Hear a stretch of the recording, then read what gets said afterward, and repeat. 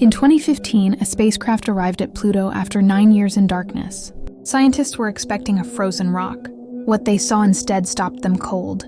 Pluto had a heart. A massive, bright, 2,000-kilometer scar stamped onto its surface, shaped almost perfectly like a heart. That alone is strange, but then they looked closer, and they realized Pluto's heart was moving. Pluto is dying. It's been dying for 4 billion years. At this distance from the sun, so far away that daylight on Pluto is weaker than twilight on Earth, a small world should lose its heat fast. Its geology should collapse. Its atmosphere should bleed away into space. Its surface should freeze solid and remain unchanged until the sun itself dies. That's the physics. That's what should have happened. But Pluto didn't read the textbook.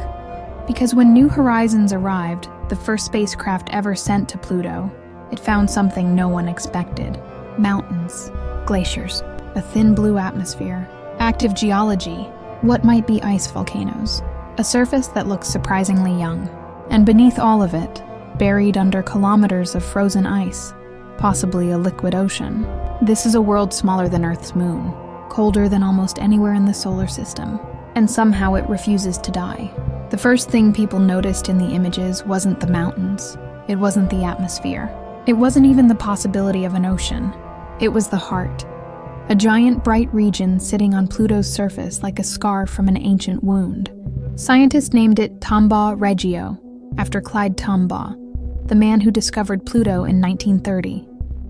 But the left side of the heart is where things become strange. It's called Sputnik Planitia, and it may be one of the most unusual landscapes in the entire solar system. It's not rock.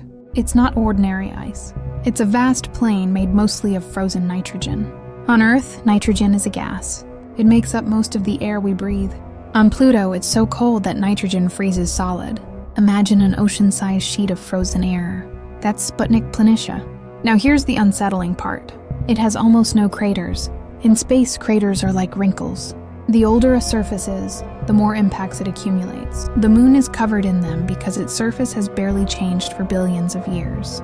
Pluto's heart has a heartbeat. It pumps ice instead of blood, and it has been doing so for an incredibly long time.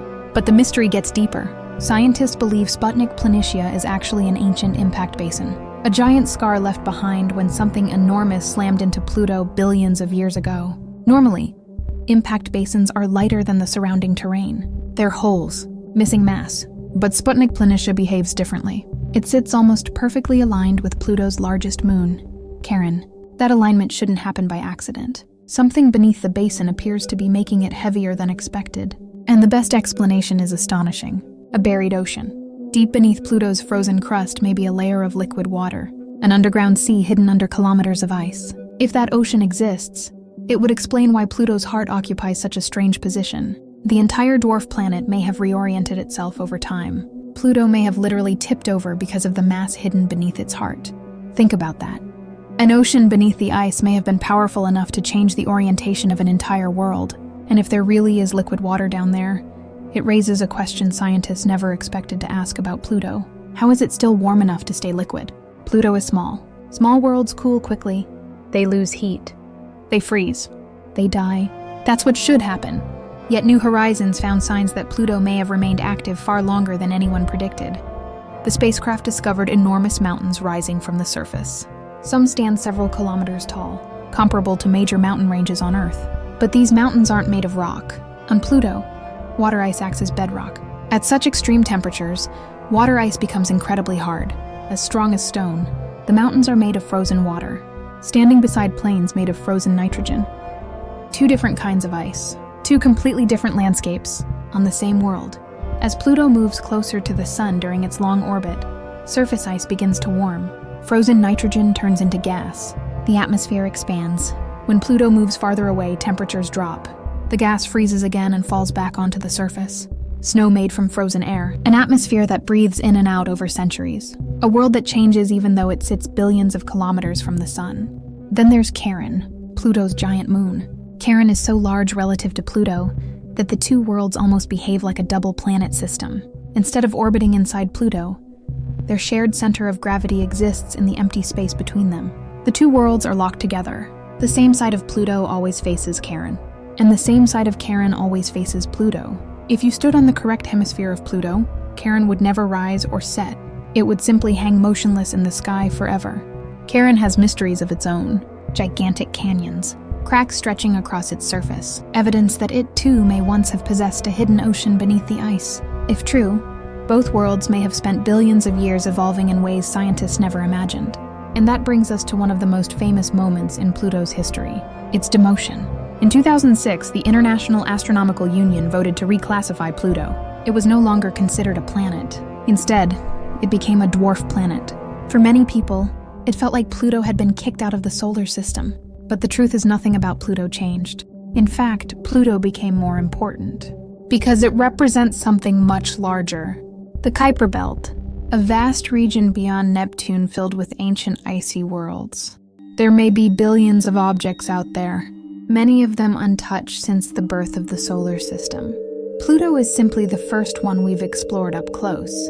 And if Pluto turned out to be this complex, what about the others? How many hidden oceans are waiting out there? How many active worlds have we never seen? How many frozen planets are quietly changing in the dark? The truth is, we still know very little. New Horizons never entered orbit. It flew past Pluto at incredible speed. Everything we learned came from a brief encounter lasting only a few hours. Imagine trying to understand Earth from a single flyby. You might see an ocean, a desert, a mountain range. Then you leave forever. You would miss almost everything. That's exactly what happened with Pluto. We saw one hemisphere, one moment in time, one season, and then the spacecraft disappeared into the darkness beyond. We still don't know if Pluto's cryovolcanoes are active. We still don't know whether the ocean truly exists. We don't know how thick the ice shell is. We don't know how much the atmosphere changes over time. And we definitely don't know what other surprises Pluto may be hiding. To answer those questions, humanity would need to go back. Not with another flyby. With an orbiter, a spacecraft that stays. A mission that maps the entire surface, measures gravity, studies the atmosphere, searches for evidence of the buried ocean. Such a mission would be incredibly difficult. Pluto is unimaginably far away. Travel times could take decades, and slowing down enough to enter orbit would be one of the hardest maneuvers ever attempted in planetary exploration. But if it happened, Pluto would almost certainly surprise us again. Pluto was supposed to be the end, the final world, the last frozen dot at the edge of the solar system. Instead, it became the beginning, a world with moving ice, a breathing atmosphere, mountains made of frozen water, possible volcanoes that erupt slush, and maybe, hidden beneath everything, a dark ocean locked under the ice. Distance does not mean death. Cold does not mean stillness. Small does not mean simple. And perhaps the most unsettling fact of all is this: Pluto may not be special. The Kuiper Belt contains countless frozen worlds. If Pluto can remain active after billions of years in deep space, then the outer solar system may be filled with places like it. Worlds hidden in darkness. Worlds we have never seen. Worlds quietly changing while no one watches. Think about how many stars exist in our galaxy alone. Now imagine how many frozen Pluto-like worlds might orbit those stars. How many hidden oceans. How many strange atmospheres. How many worlds we would dismiss as dead from a distance. Pluto taught us something important. The universe is under no obligation to be simple. The farther we look, the stranger things become. A tiny world once considered the least important planet in the solar system turned out to be one of the most fascinating places we've ever discovered. We visited it for only a few hours. And those few hours completely changed our understanding of the outer solar system. Pluto isn't the end. It's a doorway, a glimpse into a vast frontier we barely understand. And somewhere beyond it, hidden in the darkness, countless other worlds are waiting for us to find them.